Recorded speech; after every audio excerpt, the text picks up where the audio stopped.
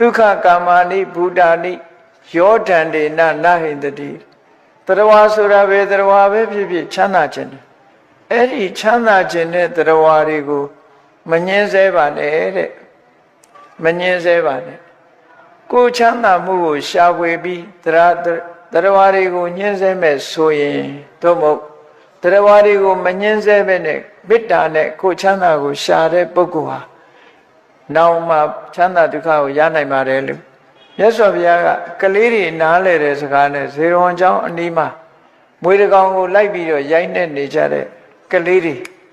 so magere, Todan later Kube. Evidama Madazia gone. Loga Ludarea.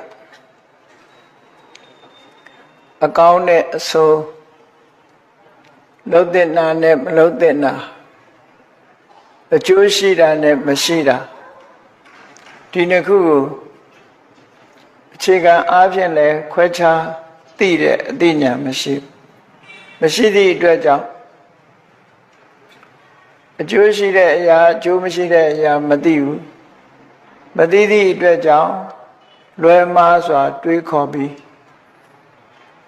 Jomashida ya, they will low me that. Joshida ya, Jaro, Malo me that. Turogauliga, a gaulu tamade yaru. Turogauliga, solo tamade ya. Logama Pinyashi Turogamiaga. A gaune so quecha pio jare kama. Loga luda amiaga. A sogo dale. Chainete jaramia. A sobego laijara mia. Kawama shide. Tambang Chow Tong, Konatong Lao Shide, Tiganeke, Ludari Vechiomo. Yes, of Yaye, Somago, Manganzo Yare, Luia, the Dandang Mabiu. Mimido Yojia, go and move Badadiari, go when Nijadone. A Gaune, so Jaune, Josodima. Mimiru Chaite Boma Mudi Biro, a council Tamabi. Mimiru Yoji Usaya, a council Tamabi, Lina Soya Nijan. Every time a council, a Miadre, Conjo Chandari, Pisi Me Yaru, Mimi Dre, Conjo Pisi Me Yariru, Tilu Hamute. Mimi Dre Magone, Judy, who Pisirado, Miadre Magonjo, who Pisire Yari. Say I Suri with Ale Chaijara, Yare. Say I saw Lobo Jaro, Madama Loere. Come here, say I could post a Mosura, Dorogo Kayan. Pinyashi Durogomia, Ubama Bejare. Soon ago do Taloshi.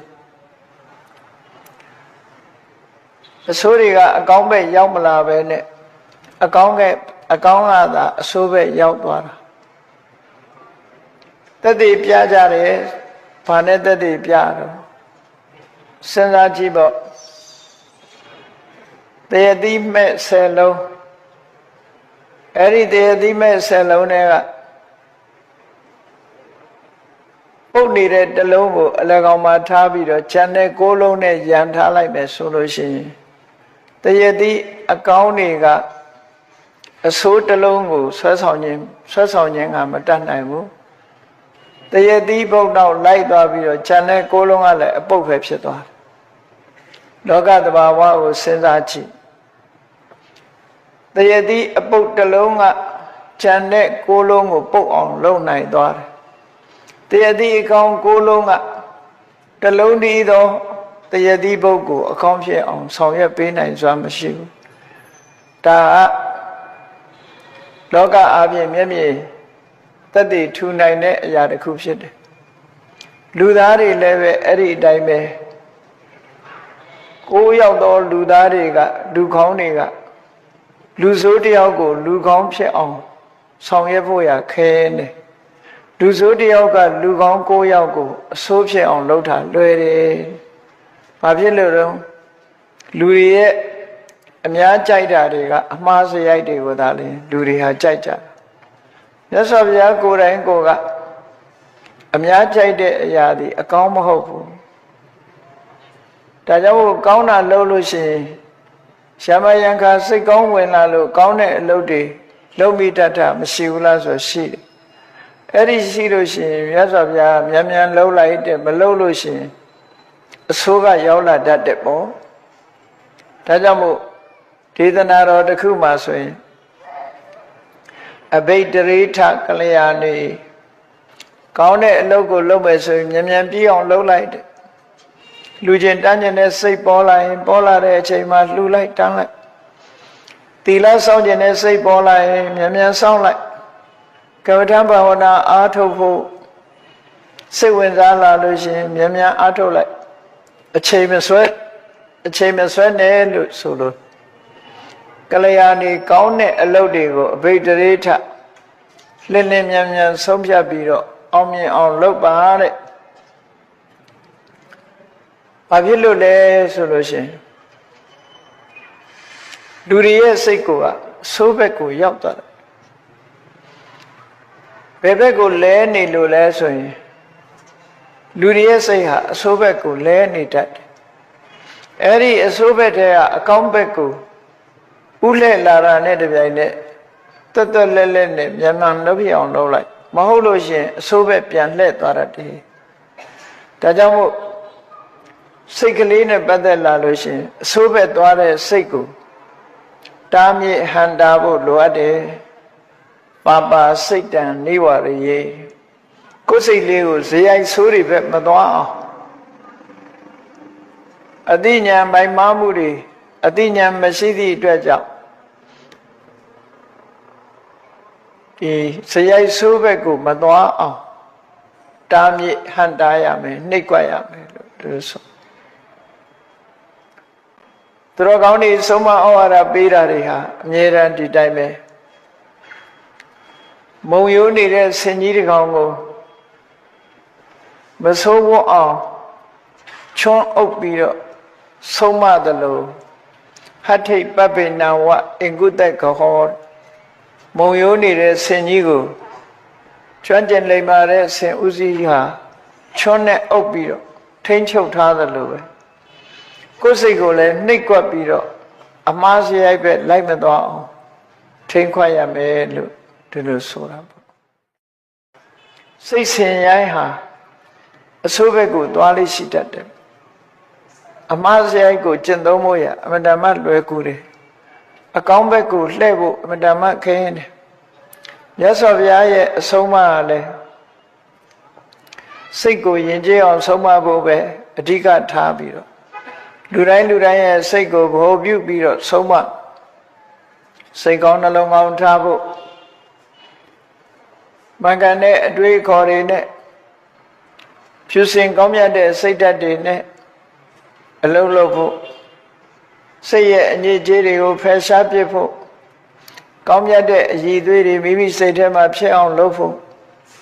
ဖျားဆူဆူဆုံးမတော်မူတာလေဒါကိုပဲဆုံးမတာဖြစ်ဒါကြောင့်မို့ဘုန်းကြီးတို့တွေအများကြိုက်တဲ့အမှားစရိုက်တွေကိုမလိုက်မိအောင်အဓိကဘာလို့ရမလဲကိုယ်စိတ်ကိုနိုင်နေအောင်ဆုံးမဖို့ပဲလို့စိတ်ကလေးကတော့မကောင်းတဲ့ဘက်ကိုကြိုက်တာပဲဒါကြောင့်မို့ဒန္တံဟိကရောတောပုံညာကုသိုလ်လုပ်တာလည်းနေမယ်ဆိုလို့ရှိရင်တဲ့ပပတ္တမေရမတိမနောလူတွေရဲ့စိတ်ဟာမကောင်းတဲ့ဘက်ကိုပျော်သွားတတ်တယ်ကောင်းတဲ့အလုပ်လုပ်ရမယ်ဆိုလို့ရှိရင်အမြဲတမ်းအချိန်ရွှေ့တတ်တယ်နောက်မှနော်အခုချက်ချင်းလုပ်ဖို့ဆိုတဲ့စိတ်သိပ်ပြီးတော့မမွေးဘူးကောင်းတာလုပ်တော့မယ်လို့စိတ်ကူးလိုက်တာနဲ့အေးနောက်မှလုပ်မယ်ဆိုတဲ့အချိန်ရွှေ့တတ်တဲ့အကျင့်တွေရှိတယ်အဆိုးကြလို့ရှိရင်ချက်ချင်းကောက်လုပ်တတ်တယ်ပေါ့ဒါတဘာဝကိုကဒီတိုင်းပဲလူရဲ့စိတ်ဟာအဆိုးပဲဆိုရင်ပျော်မွေ့တယ်အမှားစရိုက်တွေနဲ့လိုက်ဖို့ရအတွက်ကြတော့တွက်လက်ချက်ချပြီးတော့ကောင်းမြတ်တဲ့စရိုက်တွေဖော်ဆောင်ဖို့ကြတော့စိတ်ဟာနှေးကွေးနေတတ်တယ်ဒါကြောင့်မြတ်စွာဘုရားကဆုံးမတာကောင်းတာတွေလုပ်ရင်မြန်မြန်ဆန်ဆန်လုပ်လိုက်တဲ့ မကောင်းတဲ့စိတ်တွေဘက်ကိုမကောင်းတဲ့အကုသိုလ်ဘက်ကိုစိတ်တွေမသွားအောင်နှိပ်ကွက်ဆုံးမကုသိုလ်ကောင်းမှုလှုပ်တာနေလို့ရှိရင်လူရဲ့စိတ်ဟာမကောင်းတဲ့ဘက်ပျော်သွားတတ်တယ်မကောင်းတဲ့ဇယဘက်ရောက်သွားတတ်တယ်ရောက်သွားရင်ကောင်းတာဆိုတာမလုပ်ဖြစ်တော့ဘူးဒီလိုပြောတာနော်အဲ့ဒါကြောင့်မို့လောကမှာကောင်းကျိုးချမ်းသာတွေဆိုတာကိုယ့်အတွက်အကျိုးဖြစ်တယ်ဆိုတဲ့ကောင်းကျိုးချမ်းသာတွေလှုပ်ဖြစ်ပြီးတော့ကောင်းကျိုးချမ်းသာတွေရဲ့အကျိုးကိုတော့ရချင်ကြကောင်းကျိုးချမ်းသာတွေလှုပ်ဖြစ်မှကောင်းတာတွေလှုပ်ဖြစ်မှကောင်းကျိုးချမ်းသာတွေကိုရနိုင်တယ်ပေါ့ကောင်းတာတွေမလှုပ်ဖြစ်ဘူးဆိုရင်ကောင်းကျိုးချမ်းသာတွေကိုမရနိုင်ဘူးလောကလူသားတွေရေပုံရအဖြစ်ချုံငုံကြည့်မယ်ဆိုရင်ဇယိုက်ဆိုးမှာပဲပြောနေကြတာများတယ်လူတ attva တွေမဟုတ်ဘူးတိရစ္ဆာန်တွေတို့အကုန်လုံးလောကသားတွေဟာအလုံးဟာအများကြိုက်ကြတာဟာတော့အမှားစရိုက်တွေကြီးပဲအကုန်လုံးပဲကောင်းတဲ့စရိုက်ကြိုက်တယ်ဆိုတဲ့ပုဂ္ဂိုလ်ဟာအလွန်နည်းတယ်ဘာသာတရားတွေမှာလည်းကောင်းတဲ့ဘာသာကိုကိုးကွယ်တဲ့ပုဂ္ဂိုလ်ဟာအလွန်နည်းတယ်မြတ်စွာဘုရားသခင်ကိုရောမြတ်ကတရားတွေရဲ့အကျိုးကိုဆောင်ရွက်တယ်ဆိုတဲ့အခါမှာ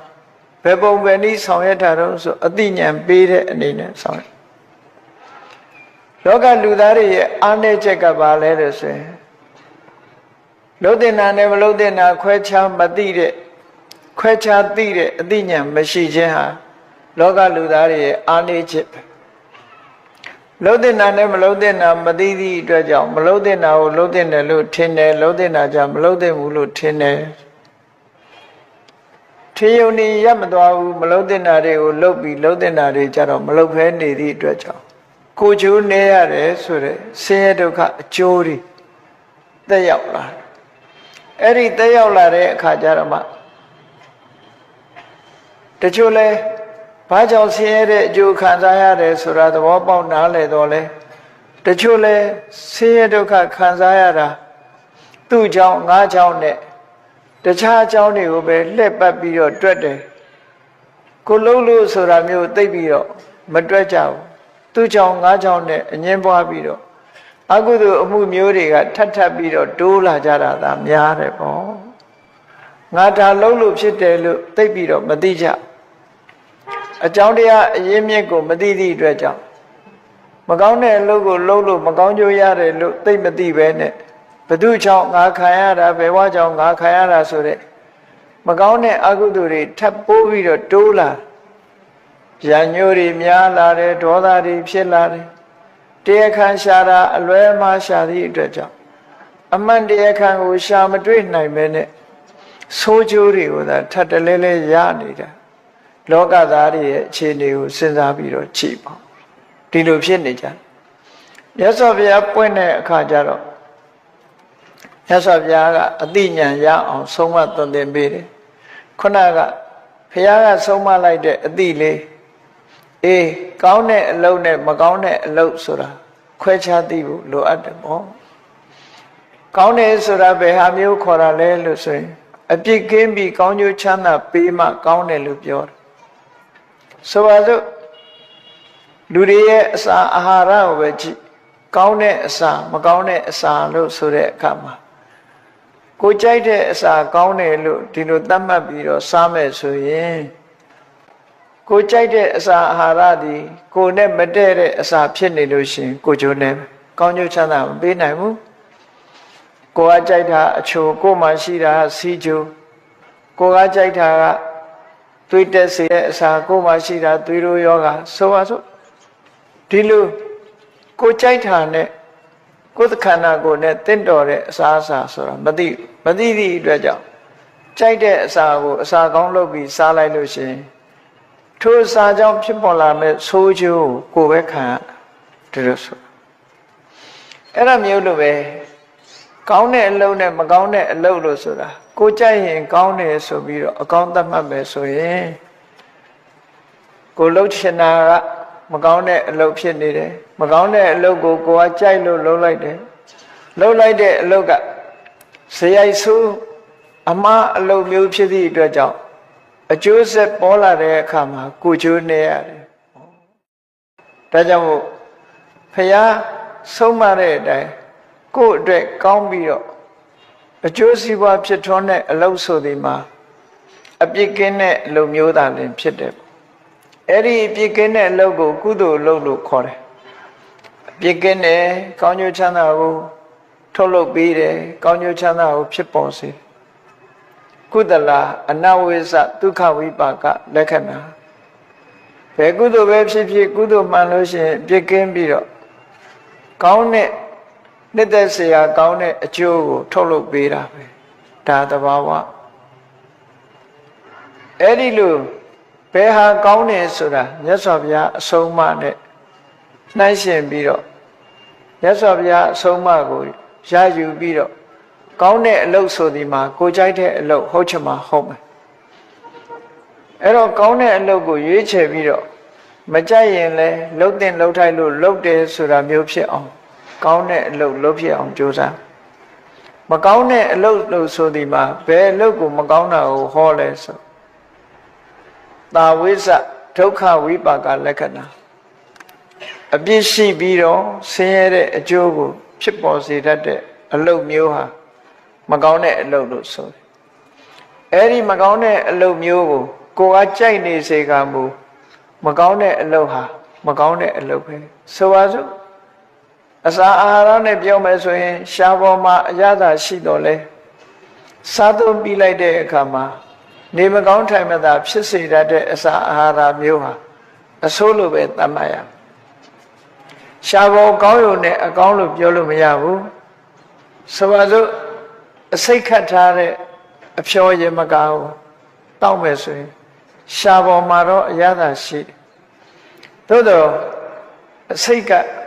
မိမိရဲ့ခန္ဓာကိုယ်ထဲရောက်သွားပြီးသွေးထဲရောက်လို့ဒုက္ခပေးပြီဆိုလို့ရှိရင်ဆိုးကျိုးဒုက္ခဖြစ်ပေါ်စေဒါကြောင့်မို့လို့ဒီအစားအစာမျိုးဟာမကောင်းတဲ့အစားအစာမျိုးပဲလို့ဆိုတာရှားပေါ်မှာဘလောက်ကောင်းကောင်းအကျိုးဆက်မကောင်းရင်မကောင်းဘူးလို့ဒီလိုသတ်မှတ်အဲ့တော့၄မျိုးခွဲပြီးတော့ကိုယ့်ကိုယ်ဆင်ញင်သုံးသပ်ကြည့်ရအလုံးနဲ့ပတ်သက်ပြီး၄မျိုးခွဲကြည့်တချို့အလုပ်ကလှုပ်ချင်စရာကောင်းတယ်လှုပ်ချင်စရာကောင်းပြီးတော့ကောင်းတဲ့အကျိုးကိုဖြစ်ပေါ်စေတယ်လှုပ်ချင်စရာလည်းကောင်းတယ်ကောင်းတဲ့အကျိုးကိုလည်းဖြစ်ပေါ်စေဥပမာပဲဒါနကောင်းမှုလုပ်တယ်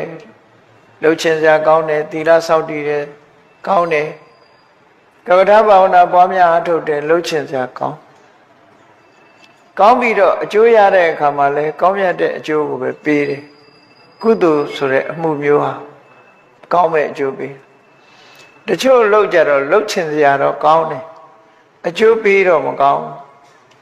ဘယ်လှုပ်မျိုးတုံးလို့ဆိုလို့ရှိရင်စိတ်ထဲမှာပျော်သလိုနေရတဲ့အလုပ်မျိုးတွေမျက်စိကအလားပါကိုကြည့်ပြီးတော့ပျော်ရွှင်တာနားကตาရတဲ့အသံတွေကိုနားထောင်ပြီးတော့ပျော်ရွှင်တာနှာခေါင်းကမွှေးကြိုင်တဲ့အနံ့လျှာကကောင်းတာတွေစားတဲ့အချိန်မှာအမြဲတမ်းကောင်းပြီးတော့အထီးတွေကလည်းကောင်းတယ်စိတ်ကူးကြံစီလို့လည်းကောင်းတယ်ဆိုတဲ့ရှေ့ပိုင်းမှာကောင်းတဲ့အလုပ်မျိုးတွေလောကမှာအများကြီးပျော်ပွဲရွှင်ပွဲတွေအရက်သေးစားတောက်တာတွေလောင်းကစားတွေပျော်စရာကောင်းတယ်အကျိုးမပေးခင်လှုပ်ချင်စရာလည်းကောင်းတယ်ပျော်စရာလည်းကောင်းတယ်အဲ့ဒီလှုပ်ချင်စရာကောင်းပျော်စရာကောင်းတဲ့အလုပ်တွေရဲ့နောက်ဆက်တွဲရလာတဲ့အကျိုးဆက်ကြတော့အကောင်းမဖြစ်ဘူးအဆိုးတွေပဲဖြစ်လာဒီလိုဆိုတာပေါ့နော်အဲ့တော့အစာလဲကောင်းရမယ်အဆုံးလဲကောင်းရမယ်ဆိုတဲ့အလုပ်မျိုးသာလေကိုယ့်အတွက်အကျိုးရှိတချို့လောက်ကလှုပ်ချင်စရာတော့မကောင်းဘူးဒါပေမဲ့ကောင်းကျိုးချမ်းသာရလှုပ်တဲ့အချိန်မှာပင်မမယ်ဆင်းရဲမယ်ဆိုပါစို့ဝေယဝိဆလုပ်ငန်းတွေလုပ်ကြတယ်ပရာဟိတလုပ်ငန်းတွေလုပ်ကြတယ်ပင်ပန်းနဲ့လောကကံရကြအငြိအကျေးတွေတန်ရှင်းတယ်။ကိုမင်းမစွမ်းရှိတဲ့ပုဂ္ဂိုလ်တွေကိုပြုစုကြတယ်။လူမမာတွေကိုပြုစုကြတယ်ဆိုတဲ့အလုပ်ဟာလှုပ်ချင်စရာမကောင်း။လှုပ်ချင်စရာမကောင်း။နှစ်သက်စရာမကောင်း။သို့တော့ဖြစ်ပေါ်လာတဲ့အခါမှာတစ်ဖက်သားရဲ့ကျမ်းမာလန်းစွမ်းမှုကြည့်သို့မဟုတ်ကိုယ့်အကျိုးပြုလိုက်လို့ချမ်းသာဒုက္ခရသွားတာတွေကိုပြန်တွေးလိုက်လို့ရှိရင် အင်တန်မှနှစ်သက်ကျေနပ်စရာကောင်းလို့အဲ့ဒီလိုအလုပ်မျိုးဟာလုပ်တဲ့အချိန်မှာတော့နှစ်သက်စရာမကောင်းပေမဲ့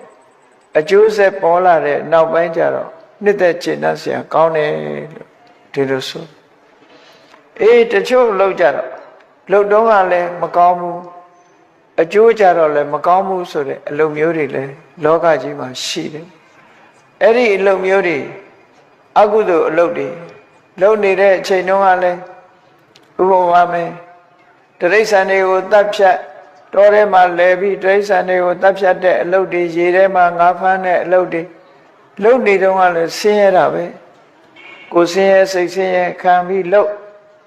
ပ်ချင်စရာမကောင်းဘူးဘယ်ချာချာနာနာကိုယ်အိမ်နဲ့ကိုယ်ရာနဲ့ချမ်းချမ်းသာသာနေရတာမှမဟုတ်တာရေထဲဆင်းပြီးတော့ငါးရှာရတယ်တို့တောထဲသွားပြီးတော့သားကောင်းရှာရတယ်ဆိုတဲ့အလုပ်တွေလှုပ်ချင်စရာပဲကောင်းမလဲအန္တရာယ်တွေအများကြီးနဲ့သို့တော့အဲ့ဒီအလုပ်တွေကိုလှုပ်ချင်စရာမကောင်းတဲ့အလုပ်တွေကိုလုပ်တယ်လုပ်လို့ရလာတဲ့အကျိုးပေးကြတော့လေကြည့်နေပထမတော့ကိုလိုချင်တာတွေရလို့ငွေကြေးရတယ်လို့ဆိုပြီးတော့ပျော်ကောင်းပြောနေလိမ့်မယ်သို့တော့အဲ့ဒီအလုပ်တွေရဲ့အကျိုးကိုခံစားရပြီဆိုလို့ရှိရင်တော့အင်တမဆင်းရဲတဲ့အကျိုးကိုခံစားရတယ်ဒါကြောင့်မို့အလုပ်တွေနဲ့ပတ်သက်လာလို့ရှိရင်စဉ်းစားပြီးတော့ကြည့်ကိုလုပ်တဲ့အလုပ်ဟာလုပ်တဲ့အချိန်မှာရောနှစ်သက်စရာကောင်းသလားအကျိုးဖြစ်ပေါ်လာတဲ့အခါရောနှစ်သက်စရာကောင်းသလားလုပ်တဲ့အချိန်မှာလည်းလှုပ်ချင်စရာကောင်းတယ်အကျိုးဖြစ်ပေါ်လာတဲ့အခါမှာလည်းပဲနှစ်သက်ဖွယ်အကျိုးရတယ်ဆိုတဲ့အလုပ်မျိုးကိုသာလဲရွေးပြီးတော့လုပ်ရမှာဖြစ်တယ်မရှောင်သာလို့နှစ်သက်စရာတော့မကောင်းဘူးရလတ်ကောင်းတယ်ဆိုရင်လှုပ်တဲ့တယ်လို့ဒီလိုပြောအောင်ဒီအလုပ်နှမျိုးဟာလှုပ်တဲ့လှုပ်ထိုက်တဲ့အလုပ်နှမျိုးဒီလိုဆိုတာသို့တော့လောကသားတွေဟာကောင်းကျိုးချမ်းသာပေးပြီးတော့ကိုယ့်ကိုချမ်းသာစေမဲ့အလုပ်မျိုးကိုတော့လွယ်လွယ်ကူကူနဲ့လုံနိုင်ကြသလားလို့ဆိုမလုံနိုင်ဘူးဖြောင်းပြန်ဖြစ်မြတ်စွာဘုရားသခင်ကိုရောမြတ်ကဘယ်လိုဟောထားတော့လို့ဆိုသုကရာနိအတာဓုနိအတနောအာဟိတာနိသာအတာဓုဆိုမကောင်းတဲ့အလုပ်တွေမကောင်းတဲ့အလုပ်ဆိုတာလဲကိုယ်လည်းထိခိုက်တယ်သူတစ်ပါးလည်းထိခိုက်တယ်ကောင်းကျိုးမပေးတဲ့အလုပ်တွေအတနောအာဟိတာနိသာကိုယ့်အတွက်ဆိုးကျိုးဖြစ်စေမဲ့အလုပ်တွေကောင်းလည်းမကောင်းဘူးဆိုးကျိုးလည်းဖြစ်စေတယ်လှုပ်တော့ကလည်းမကောင်းဘူးဆင်းရဲတယ်လှုပ်ပြီးတော့လည်းဆိုးကျိုးကိုရမယ်ဆိုပါစို့သူများပစ္စည်းခိုးဆိုးတိုက်ခိုက်မဲ့ပုဂ္ဂိုလ်တွေဟာအိတ်ကောင်းခြင်းမအိတ်ရခွင့်ရေးချောင်းတွေရဆိုးကျိုးတွေလှုပ်တော့ကလည်းပဲသူများတွေနာနာနေနေအိတ်ဆက်နေတဲ့အချိန်မှာသူ့မှာမအိတ်နိုင်မစားနိုင်ဒီလိုလှုပ်ပြီးခံရတဲ့ဆိုးကျိုးတွေကိုခံရလှုပ်တော့ကလည်းဆိုးကျိုးတွေထို့ပြစ်မှုရဲ့အကျိုးသက်ရောက်လာတဲ့အခါမှာလည်းပဲကောင်းကျိုးမရဘူးအဲ့ဒီအလုပ်မျိုးကိုလှုပ်လွယ်ကြတယ်တဲ့သုကရာနိအတာဓုနိအတနောအာဟိတာနိသာရသော်ဘုရားကလောကလူသားတွေရဲ့အခြေအနေကိုထောက်ပြတဲ့စကားပေါ့အတာဓုနိကောင်းကျိုးချမ်းသာကိုမဖြစ်စေတတ်တဲ့အတနောအာဟိတာနိသာကိုယ့်အတွက်လည်းကျိုးစီးပွားကိုမဖြစ်ထွန်းစေတတ်တဲ့အလုပ်တွေကိုသုကရာနိလူတွေကလှုပ်လွယ်ကြတယ်လွယ်လွယ်နဲ့လှုပ်တတ်ကြတယ်လို့ဆိုလွယ်လွယ်နဲ့လှုပ်တတ်ကြတယ်ဒါကြောင့်မို့အများကြိုက်တာလွယ်လွယ်နဲ့ကောင်းကျိုးချမ်းသာမရတဲ့အလုပ်တွေကိုလူတွေကကြိုက်ကြတယ်ယံဝေဟိတင်္စတာရုံစတံဝေပရမဒုက္ခရကိုယ့်အတွက်ကောင်းကျိုးချမ်းသာတွေကိုဖြစ်ပေါ်စေမယ်ဥပမာမဲ့အသိဉာဏ်တွေကိုစီးပူးတယ်ကိုကျင့်သီလတွေတိုးတက်လာအောင်ကြိုးစားတယ်ကမ္မထံဘာဝနာတွေပွားများအားထုတ်တယ်ကုသိုလ်ကောင်းမှုတွေလုပ်တယ်ကိုယ့်အတွက်အကျိုးစီးပွားတွေဖြစ်တယ်ပညာရှာကြတယ်ပညာသင်ကြတယ်ဘောဓုတစီးပူးကြတယ်အဲ့ဒါလို့အကျိုးစီးပွားတွေကိုတိုးတက်စေပြီးတော့ကောင်းမြတ်တဲ့အကျိုးတွေကိုဖြစ်ထွန်းစေတတ်တဲ့အလုပ်မျိုးကြတော့လူအများစုကတံဝေပရမဒုက္ခရံအတော်ကိုလှုပ်ဖို့ခဲရင်တဲ့အလုပ်တွေဖြစ်သွားတယ် ပြင်စရာလို့သတ်မှတ်တယ်တရားပွဲလာပြီးတရားနာဖို့ပြင်းတယ်နော်ကုသကောင်းမှုလုံးဝမှာပြင်းတယ်ကမ္မထာဘာဝနာပွားများအထောက်အမှာပြင်းတယ်အေးအဲ့ဒါကိုယ့်အတွက်အကျိုးရှိတဲ့အလုပ်ကြလို့ရှိရင်ပရမဒုက္ခရတဲ့အလုံးကိုလုံနိုင်ခဲ့တယ်လို့မြတ်စွာဘုရားကလောကသားတွေအခြေအနေကိုကြည့်ပြီးတော့ဒါကိုဟောတာအဲ့တော့ဒါတွေကိုမိမိတို့အနေနဲ့ဖြောင်းပြန်နိုင်အောင်အမှန်တရားကိုသိရှိနားလည်ဖို့အမှန်တမ်းအရေးကြီးငါလုပ်နေတဲ့အလုပ်ဟာငါအကျိုးမရှိတဲ့အလုပ်လားဆင်းရဲဒုက္ခကိုဖြစ်စေတတ်တဲ့အလုပ်လားကိုယ့်ကိုယ်ဆန်းစစ်ပြီးတော့ဆင်းရဲဒုက္ခဖြစ်စေတတ်တဲ့အလုပ်အကျိုးမရှိတဲ့အလုပ်မကောင်းတဲ့အလုပ်ဆိုရင်ရှောင်ဖို့ကြိုးစားရကိုယ့်အတွက်အကျိုးရှိတယ်စိတ်မပါစိတ်မဝင်စားတော့လေကိုယ့်အတွက်အကျိုးရှိတယ်ကောင်းတဲ့အလုပ်ဖြစ်တယ်ဆိုရင်ကြိုးစားပြီးတော့လုပ်ကြအောင်ဖြစ်အဲ့ဒါမှကောင်းကျိုးချမ်းသာဆိုတာရတော့ဟောနှုတ်မဆိုရင်ကောင်းကျိုးချမ်းသာဆိုမရနိုင်ဘူးလို့လောကလူတွေဟာအမှားစရိုက်ဘက်ကိုလွယ်လွယ်ကူကူနဲ့ဖော်ဆောင်တတ်တာကိုယ်အကျိုးမရှိတဲ့အလုပ်ကိုလွယ်လွယ်ကူကူနဲ့လုပ်ခံကြတယ်ဒီလိုဆိုလို့တခါတော့ကစေတော်အကြောင်းနဲ့ဒီစေတော်အကြောင်းအနီးနားမှာကလေးတွေငယ်တွေမြို့ထဲကထွက်လာပြီးစေတော်အကြောင်းပတ်ဝန်းကျင်မှာဘာလုပ်ကြလဲလို့ဆိုစေတော်အကြောင်းပတ်ဝန်းကျင်လာပြီးတော့မွေးတကောင်ကိုဖမ်းကြတုံးနဲ့ဝိုင်းပြီးတော့ရိုက်ကြနှက်ကြတိရစ္ဆာန်တကောင်ကိုညှင်းဆဲနှိပ်စက်ကြအဲ့လိုညှင်းဆဲနှိပ်စက်တဲ့အခါမြတ်စွာဘုရားကအဲ့ဒီကလေးတွေဘာလုပ်ကြတာလဲလို့မေးတဲ့အခါတိရစ္ဆာန်ကိုညှင်းဆဲနှိပ်စက်နေတာမြင်တော့မြတ်စွာဘုရားကသူတို့နားလည်အောင်ဘာပြောတော့ဆိုဒုက္ခကာမာနိဘူတာနိတရားဝါဆိုတာချမ်းသာခြင်းနဲ့တဲ့ဘယ်တရားဝါပဲဖြစ်ဖြစ်ချမ်းသာခြင်းအားကြီးပဲကိုမှချမ်းသာခြင်းမဟုတ်ဘူးသက်ရှိတရားဝါမှန်တယ်မြတ်တိရစ္ဆာန်ကအစမြည်သည့်တရားဝါပဲဖြစ်ဖြစ်ချမ်းသာခြင်းချမ်းသာမှုကိုမြတ်နိုးတာအဲ့ဒီချမ်းသာမှုကိုမြတ်နိုးတဲ့တရားဝါကိုယောဓန္တေနဝိဟိန္တတိသူ့ကိုဒုက္ခနဲ့ရိုက်ပြီးဒုက္ခပေးမယ်ဆိုရင်ညှင်းဆဲမယ်နှိပ်စက်မယ်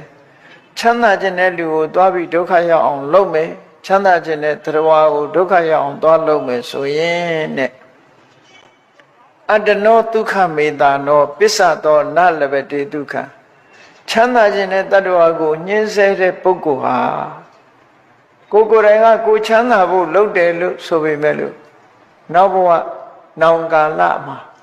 ဘယ်တော့မှချမ်းသာဒုက္ခမရနိုင်ဘူးတဲ့မြတ်စွာဘုရားဒီလိုဥပမာဆိုတော့မွေတကောင်တွေ့တယ်မွေတကောင်တွေ့ရင်ဒီမွေအရှင်ထားလို့မဖြစ်ဘူးဒီမွေကလူတွေကြိုက်လိုက်မယ်ထိုးကြိုက်လိုက်မယ်ဆိုပြီးတော့အဲ့ဒီမွေကိုတတ်ပစ်တယ်ဆိုညင်းဆဲတယ်ရိုက်တတ်တယ်တတ်ပစ်တဲ့အခါကျတော့ကိုယ်စိတ်ထဲကတော့ရန်အေးသွားပြီးအန္တရာယ်ကင်းသွားတယ်လို့ဒီလိုယူဆကောင်းယူဆလိုက်ကိုချမ်းသာဖို့အတွက်တစ်ဖက်သားအခြားတရားဝါတကောင်ကိုတပ်ဖြတ်ပစ်လိုက်တာကိုယ့်အတွက်ဒီစိတ်ချရတဲ့အနေအထားတစ်ခုရောက်တယ်လို့လူတိုင်းကဒီလိုယုံကြည်တယ်အများကဒီအမှားစရိုက်ကိုလက်ခံထားဥမာမဲ့လူတွေကိုချင်းနေကြိုက်တယ်ဒီချင်းတွေတော့တပ်ပစ်မှဖြစ်မယ်ဂျဘိုးကြိုက်တယ်ဂျဘိုးတွေတပ်မှဖြစ်မယ်ဒါတွေထားလို့ရှိရင်ယောဂဝေဒနာတွေဖြစ်လိမ့်မယ်ဆိုပြီးတော့အဲ့ဒီအမြင်နဲ့တရားဝါတွေကိုတပ်ဖြတ်ပစ်အဲ့ဒါလို့တပ်ဖြတ်နှင်းဆဲနှိပ်စက်တဲ့ပုဂ္ဂိုလ်တွေဟာမြတ်စွာဘုရားကနော်အတ္တနောဒုက္ခမေတာနောကိုချမ်းသာဖို့ကိုယ့်ရဲ့ဒုက္ခကိုရှာရင်ကနေတစ်ဖက်သားကိုဒုက္ခပေးတဲ့ပုဂ္ဂိုလ်ဟာဘယ်တော့မှချမ်းသာဒုက္ခမရနိုင်ဘူးလို့ဒီလိုဟောတယ်ဟုတ်တယ်လေပိုးသက်ဆေးတွေသုံးပြီးတော့ပိုးတတ်တာကဘာကြီးမှာပိုးမျိုးတုံးသွားလားဆိုဘယ်တုံးမှာ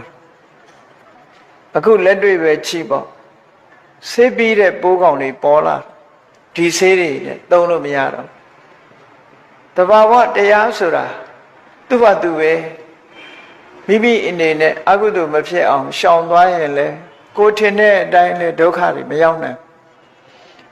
လူတွေကတော့တွက်ကြတယ်တိရစ္ဆာန်တွေမျိုးပွားလာလို့ရှိရင်လူတွေကိုဒုက္ခရောက်စေလိမ့်မယ်လို့ဒီလိုစိုးရိမ်ပြီးတော့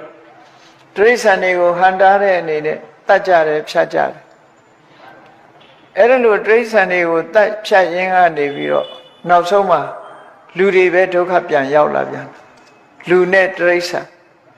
ဒုက္ခတွေအပြန်အလှန်ဒီလိုဒုက္ခဖြစ်သူ့သဘာဝအတိုင်းဂေဟစနစ်နဲ့သူ့ဘာသူလောကကြီးကိုသဘာဝတရားကထိန်းချုပ်နေတာဖြစ်တယ်နော်မိမိအနေနဲ့စိုးရိမ်ပြီးတော့လှုပ်เสียမလိုဘူးသဘာဝတရားကြီးကသူ့ဟာသူထိန်းချုပ်နေတယ်ဆိုတာသိကြသဘာဝတရားရဲ့ထိန်းချုပ်မှုအောက်မှာအသက်ရှင်သန်မှုဆိုတာကိုယ်အနေနဲ့ရှင်သန်မှုကအများကိုထိခိုက်တဲ့ဤစနစ်တွေနဲ့အသုံးမပြုပဲနဲ့ကိုယ့်ဘဝကိုရှင်သန်ပြီးတော့အန္တရာယ်ကိုရှောင်လို့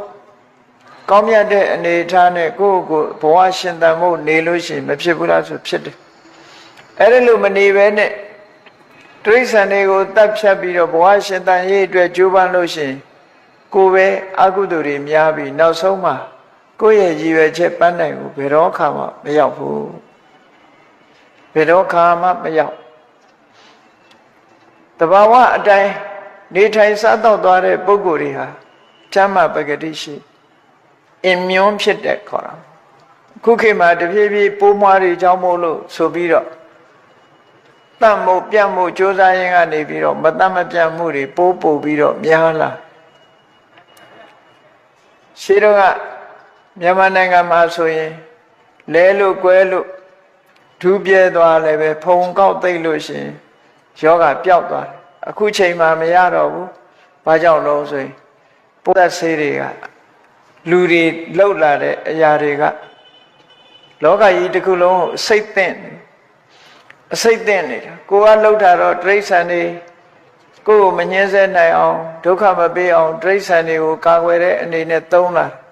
သို့တော့အဲ့ဒီအစိတ်တွေကကိုယ်ပြန်ပြီးတော့ဒုက္ခပေးလာနောက်ပိုင်းကျဒါကြောင့်မို့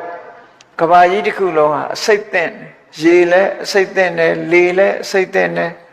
မြေကြီးလည်းအစိတ်သင့်တယ်ဆိုတာပို့ပြီးတော့တန့်ပြန့်ပြီးလူတွေပို့သက်ရှင်လာသလားလို့ဆိုမဟုတ်ဘူးပို့ပြီးတော့အန္တရာယ်တွေပဲများလာတယ်လို့ဒီလိုပြောမှာလုံရင်နဲ့အန္တရာယ်တွေဟာသူပြောလာ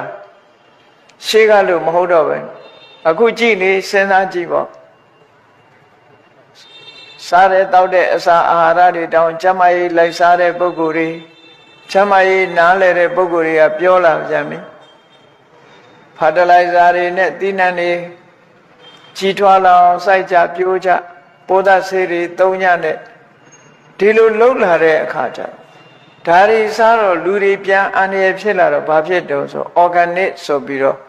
ဘာပိုးသက်ဆေးမှမသုံးတဲ့ဟာကိုရွေးပြီးဈေးကြီးပေးဝယ်နေကြပြန်ဖြစ်ရပုံကလောကကြီးဟာကြည့်နော်အဲ့ဒါလို့ငကိုယ်တွေကတရားတွေကိုတတ်ဖြတ်ခြင်းမလုပ်ဘဲနဲ့သူတို့စားတာလဲစားကိုရတာလဲရဒီလိုနေလာမယ်ဆိုရင် organic ဆိုတာမျိုးပေါ်လာမှာမဟုတ်ဘူးငကိုယ်တွေက organic နဲ့နေလာတာအဲ့ဒီကနေပြီးတော့တရားတွေကိုမုန်းနေတဲ့စိတ်နဲ့လှုပ်သည့်အတွက်ကြောင့်ကိုယ်မှာချမ်းသာဒုက္ခရလာလားဆိုမရပြန်အဲ့ဒါကိုမြတ်စွာဘုရားဟောတာဘယ်လောက်မှန်ကန်လဲအတ္တနောဒုက္ခမေတာနောပစ္စသောနာလဘတိဒုက္ခံတရားတွေကိုညှင်းဆဲပြီးကိုယ်ချမ်းသာကိုရှာတဲ့ပုဂ္ဂိုလ်ဟာနောက်တော့ဘယ်တော့မှချမ်းသာဒုက္ခရမှာမဟုတ်ဘူးတဲ့မရနိုင်ဘူးတဲ့အဲ့ဒီနည်းနဲ့လုံးလို့ဒီလိုဆိုတာပေါ့နော်ဒါကြောင့်မို့မေတ္တာဘာဝနာပွားများအားထုတ်ပြီးတော့အားလုံးပေါ်မှာမေတ္တာထားနိုင်အောင်မေတ္တာထားခြင်းအပြင်မိမိကကိုယ်ကမေတ္တာထားပြီးတစ်ဖက်သားရဲ့မေတ္တာကိုကိုမရဘူးလို့ဆိုအောင်တော့ကိုယ့်ရဲ့နဲ့နှလုံးထဲမှာစိတ်နှလုံးအေးချမ်းမှုနဲ့ပဲဘဝတစ်ခုအဆုံးသတ်လို့ရသွားမကြေမနက်ကြီးနဲ့အဆုံးသတ်တာမဟုတ်ဘူးဒေါသနဲ့အဆုံးသတ်တာမဟုတ်ဘူးမိမိကိုယ်တိုင်ကတရားအားလုံးပေါ်မှာဒီမေတ္တာထားနိုင်မယ်ဆိုလို့ရှိရင်ကိုယ့်ဘက်ကအဆုံးမရှိဘူးတရားတွေကကိုယ့်ကိုမလိုလားလို့ညှင်းဆဲလေတဘဝပဲညှင်းဆဲလို့ရတယ်အပြန်အလှန်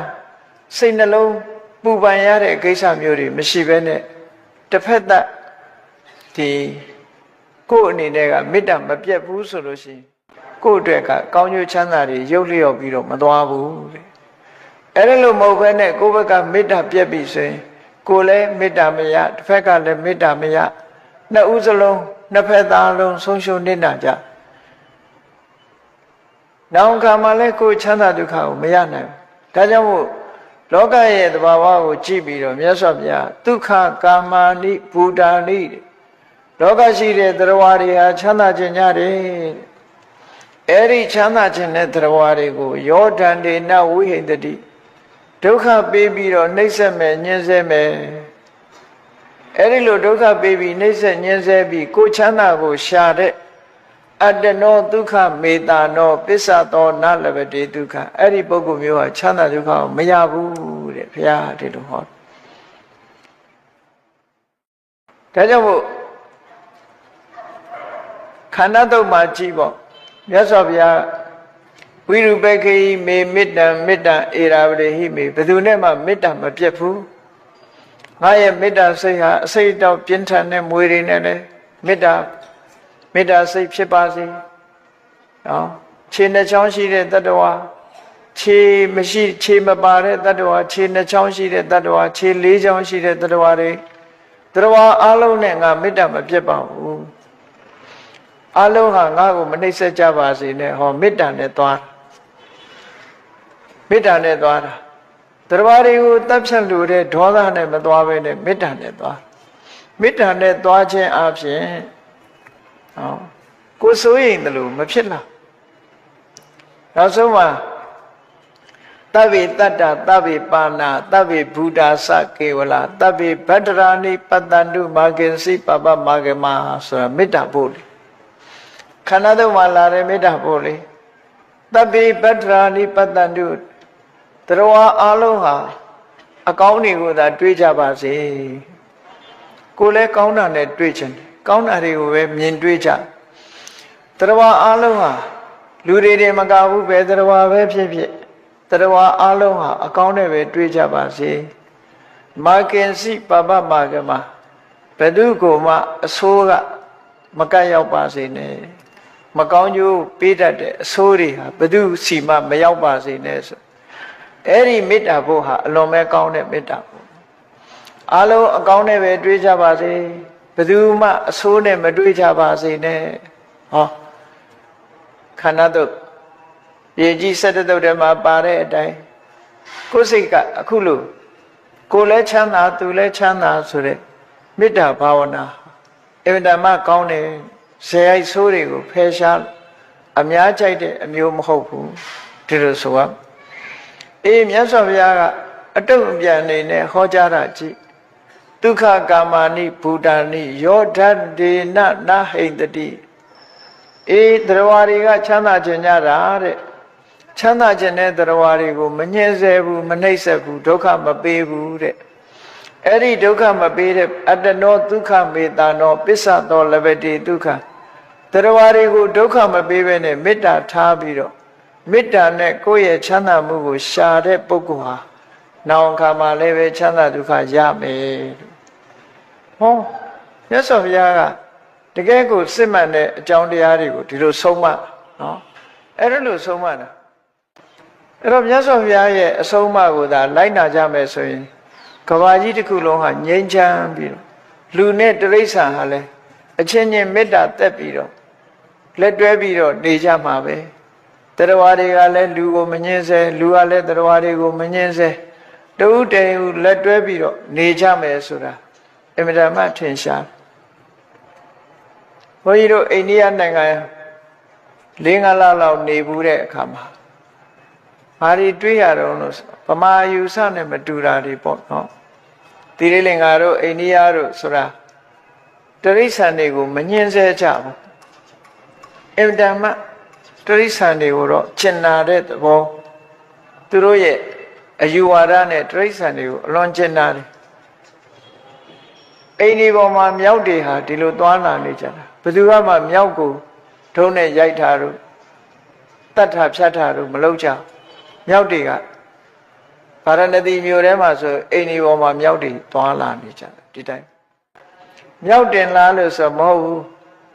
လင်းတာငှက်တွေလည်းပဲအိမ်ဒီပေါ်မှာနားနေကြ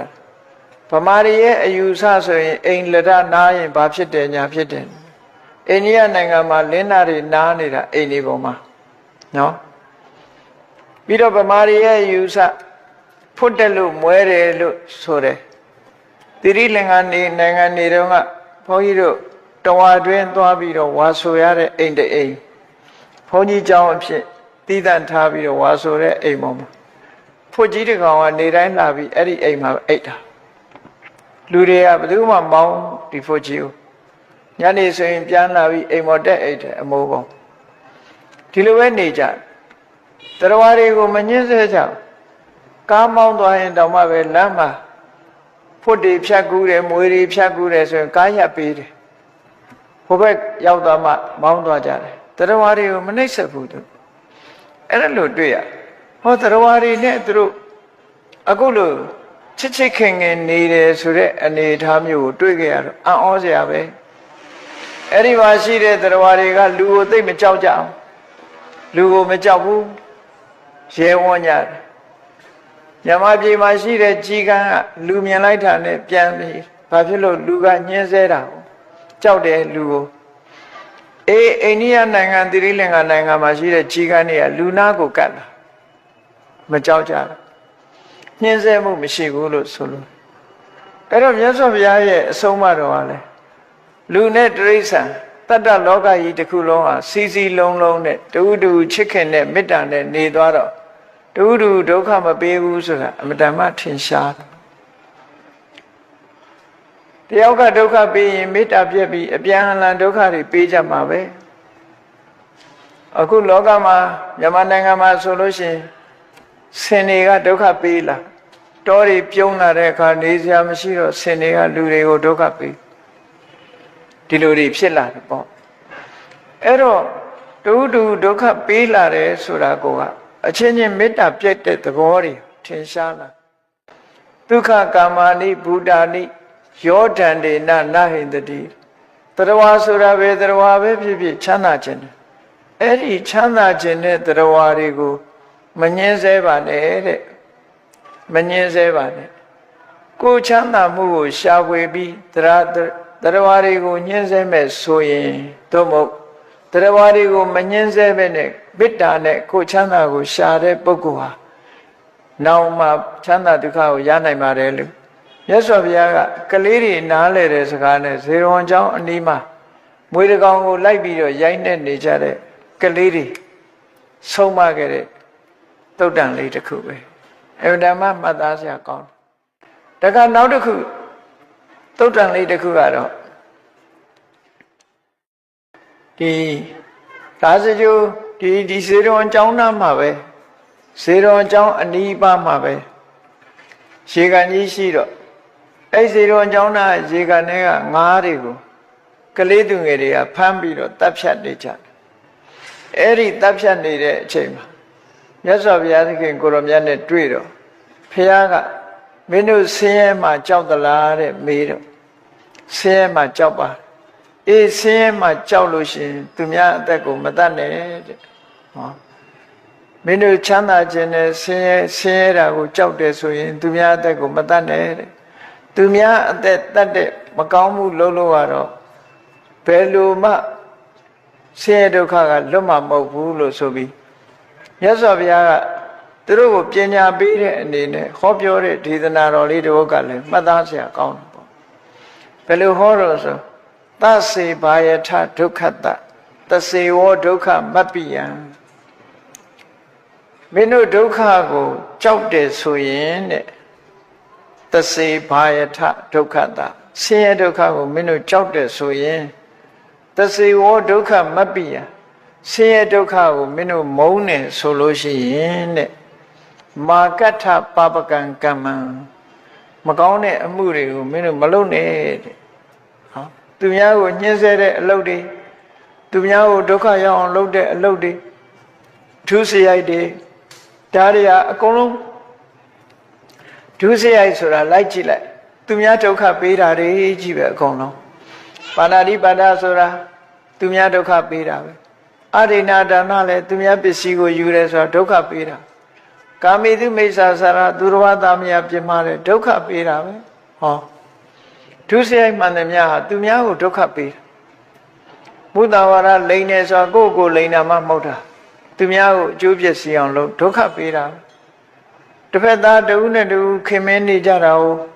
မုန်းတီးသွားအောင်ဂုံးတိုက်တယ်ဒုက္ခပေးတာပဲအေးတစ်ဖက်သားစိတ်ဆင်းရဲအောင်စိတ်ဆိုးအောင်ကြမ်းတမ်းနဲ့ရိုင်းပြတဲ့စကားတွေပြောတယ်ဆိုတာလေတစ်ဖက်သားကိုဒုက္ခပေးတာ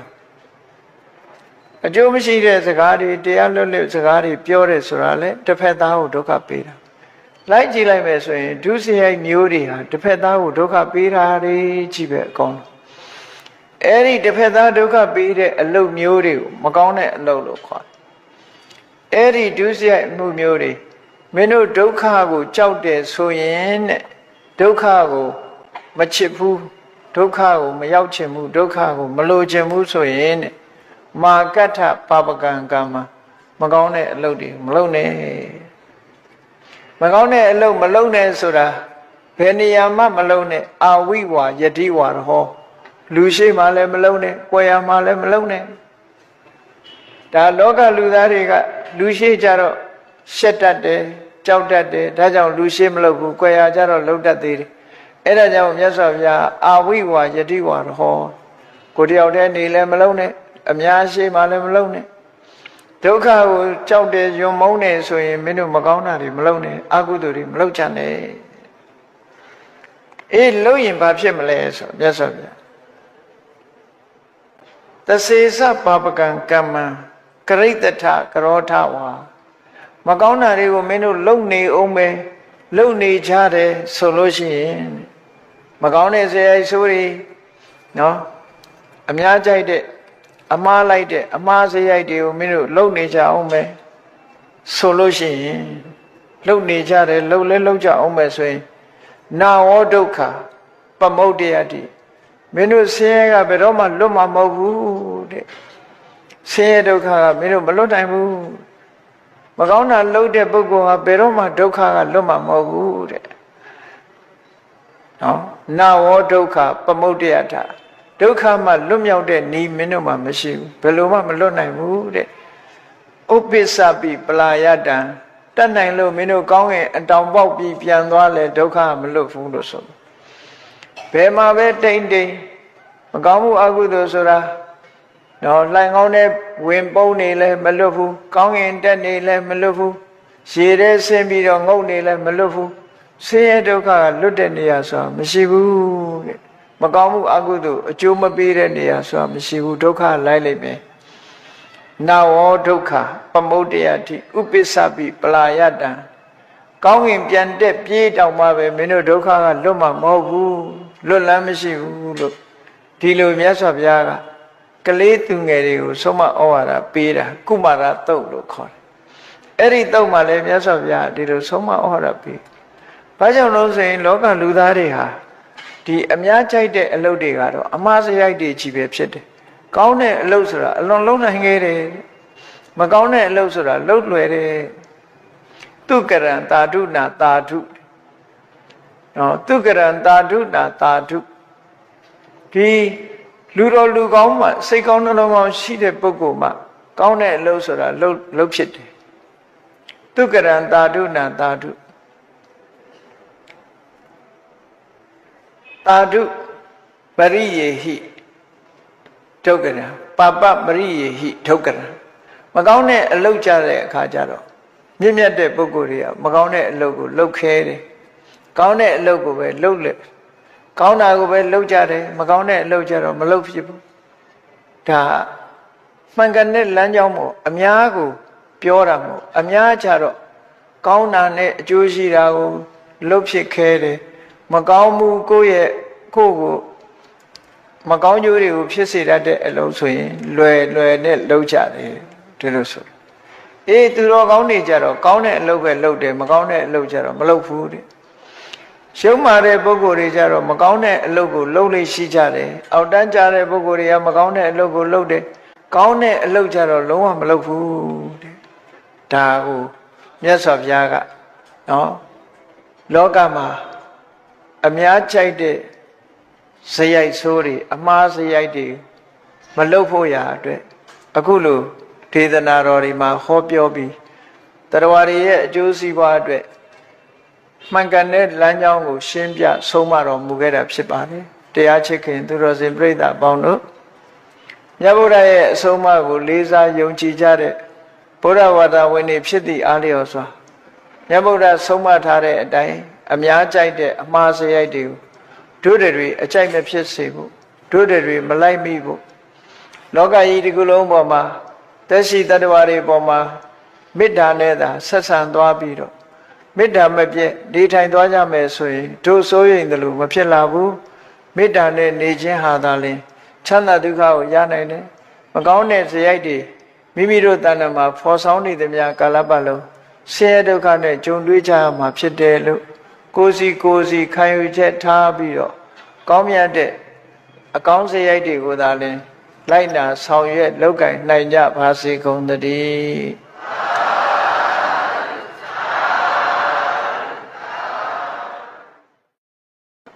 မေတ္တာပို့ရအောင်တတဝါများစွာဖေးရန်กว่าချမ်းသာကြပါစေတတဝါများစွာဖေးရန်กว่าချမ်းသာကြပါစေမေတ္တာရေချမ်းသုံးငါဖြံငြိမ်းချမ်းကြပါစေမေတ္တာရေချမ်းသုံးငါဖြံငြိမ်းချမ်းကြပါစေသက်ရှိချမ်းသာစိတ်ချမ်းသာလူရဆန္ဒပြည့်ပါစေသက်ရှိချမ်းသာစိတ်ချမ်းသာလူရဆန္ဒပြည့်ပါစေဓမ္မောတရံပိဝိတဝါနဝိသာတဗ္ဗေတမုဟတာအစရမရာတိတိဘာဝံနိဗ္ဗာနံယန္တုတာရောဓမ္မောတရံလောဘဒေါသမောဟစိတ်တော်ကင်းပြောက်ကြည်အေးတရားစေကိုပိဝိတဝါဝန္တာရှင်းပြတောက်ကြရနာကြရကုန်သောကြောင့်ဝိသာတဗ္ဗေပူဇာညစ်နောင်ကိလေသာအစရတောဟုသမျှတို့သည်တမုဟတာပိဉ္ချဘက်တွင်ရေမတင်တဲ့ကဲ့သို့ကင်းစင်လွင်ပြောက်ပေးမရောက်အောင်ပဲ့ဖြောက်အပ်ကုန်သည်ဟွန်တုစင်စစ်မသွေဖြစ်ကြပါစေကုန်သတည်းအစရမရအိုခြင်းလဲကွာနာခြင်းလဲကင်းသိခြင်းလဲရှင်းထသောတိတိဘဝကိလေသာဟုပုခတ်သိင်ကင်းငြိမ်းရာအစစ်ဖြစ်ပေထသောနိဗ္ဗာန်နိဗ္ဗာန်ဟုခေါ်အေးမြူတော်သို့သာရောတရားချစ်ခင်စိတ်ကောင်းဝိညာသူတော်စင်အများတို့သည်ယန္တုပါရမီအစဉ်စဉ်မြင့်တယ်မြင်၍မလင့်ပုံသေးဆက်ရောက်တော်မူကြပါစေကုန်သတည်း